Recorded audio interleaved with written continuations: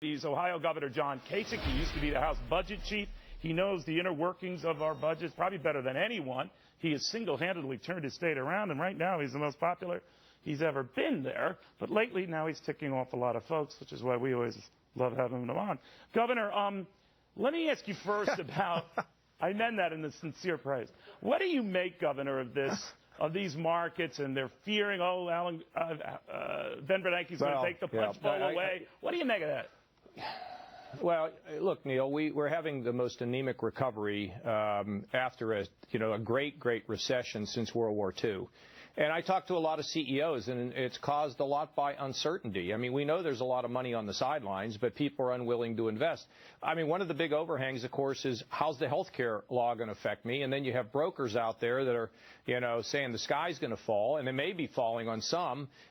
It's uncertainty.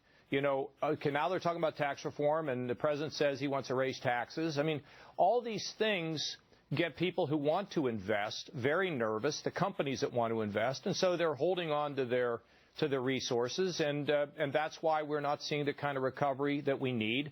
And despite all that, because of the great strength of the American free enterprise system, we are seeing some healing, but it is simply not as great as it ought to be. But they're not doing anything, Governor. Neither side seems to be doing anything to address that. They're all on vacation. I don't begrudge anyone their vacation, but I'm wondering if they're just sloughing off this debt issue.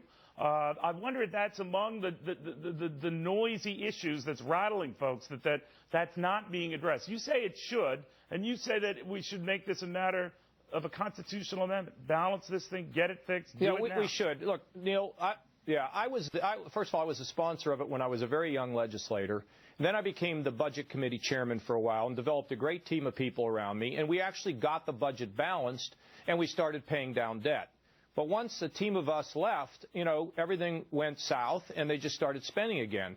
Now, I have two perspectives. I was there in Washington to see the pressures that are on congressmen to spend. I've also been the governor of Ohio, coming in with the largest debt we've ever had in the history of Ohio, $8 billion. So now we're in the black. We didn't raise taxes. In fact, we cut taxes, and we dealt with our problems.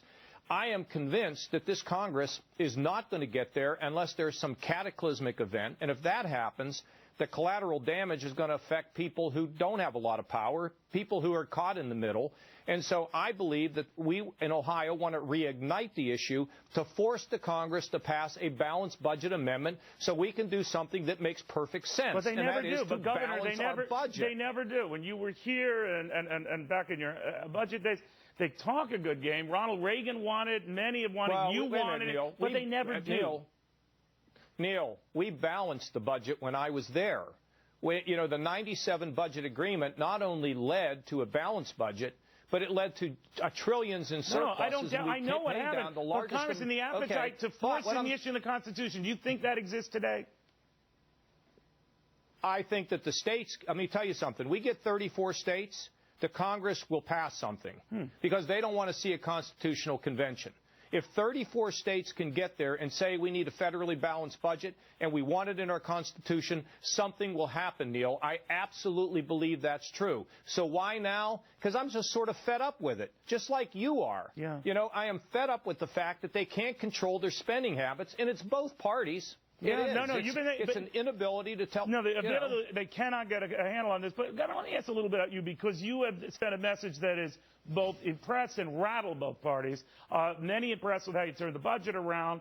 Now, the Tea Party is angry that you want to put more resources into Medicaid. Democrats like that. Obviously, some conservatives don't. What's going on here? Well, here's what I think, Neil, that whenever a family, when mom and dad do better, there's more they can do to help their kids. When a state does better, which we are, we're up now 162,000 jobs. We were down 350. We're doing better. We're not out of the woods yet. We're doing better.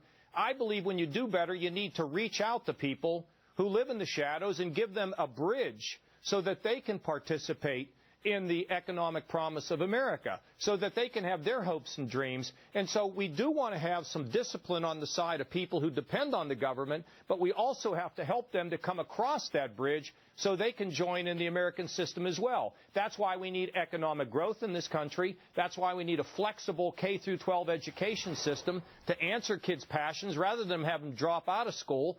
And it is our responsibility, those who are blessed, to try to help those people who live in the shadows. Period. Plain and simple. I think it makes great common sense, and that's what America is all about. Are you surprised by the vitriol that you've gotten, though, from Tea Parties who vowed they want to make sure you're not reelected? A lot of them fear you're going to run for president. What are you saying? Neil, I don't get a lot of vitriol. You know why? Because when you sit down and talk to people, Governor, I can't repeat what some of these guys have said about this. I'm being the gentleman. Well, Neil, you said it earlier. I don't pay much attention to polls, but I got, my polling numbers. I don't. I really don't, because if you do that, then you play politics and you don't solve problems. There's some people that are angry. Some of them get paid to be angry. It's just the way it is.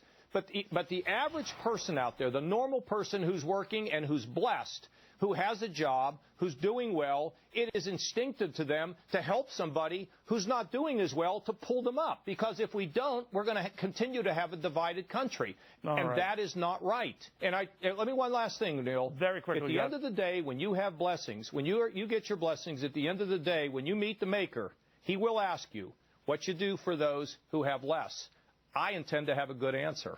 All right. Good having you, Governor. Thank you very much. His overall popularity numbers are the